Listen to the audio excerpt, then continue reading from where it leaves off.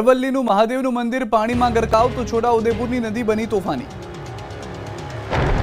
અરવલ્લી પંથકમાં મેઘરાજાએ સટાસટી બોલાવતા મહાદેવનું મંદિર પણ પાણીમાં ગરકાવ થઈ ગયું। અરવલ્લીના ભિલોડામાં જૂનું ભવનાથ મંદિર પાણીમાં ગરકાવ થયું અને જૂના ભવનાથ મંદિરના આકાશી દ્રશ્યો સામે આવ્યા। હરણાવ ડેમમાં પાણીની પુષ્કળ આવક થતા ડેમમાંથી પાણી છોડાયું, જેથી ભિલોડાના જૂના ભવનાથ મંદિર આસપાસનો વિસ્તાર બેટમાં ફેરવાયો।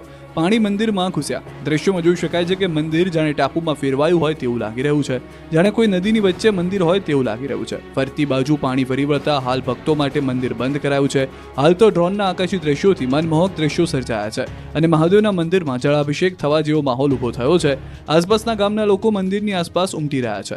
તો છોટાઉદેપુર જિલ્લામાં ઉપરવાસમાં ભારે વરસાદ પડતા અશ્વિન નદી બે કાંઠે વહેતી થઈ નસવાડીના કુકાવટી ગામ પાસે આવેલ લો લેવલનો કોઝવે ઉપર પાણી ફરી વળ્યા। નસવાડી તાલુકાના સુકાપુરા અને વેગેનાર ગામના ગ્રામજનોએ નસવાડી આવવા માટે 6 કિલોમીટરનો ફેરો મારવો પડે છે।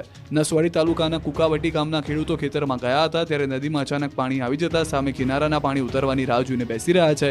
આ તરફ મહેસાણાનો ધરોઈ ડેમ 84.48% ભરાયો। ડેમના 2 દરવાજા 2.5 ફૂટ ખોલવામાં આવ્યા। ધરોઈ ડેમમાં 11,359 ક્યુસેક પાણીની આવક છે, સામે ડેમમાંથી 6,775 ક્યુસેક પાણીનો જથ્થો છોડાઈ રહ્યો છે।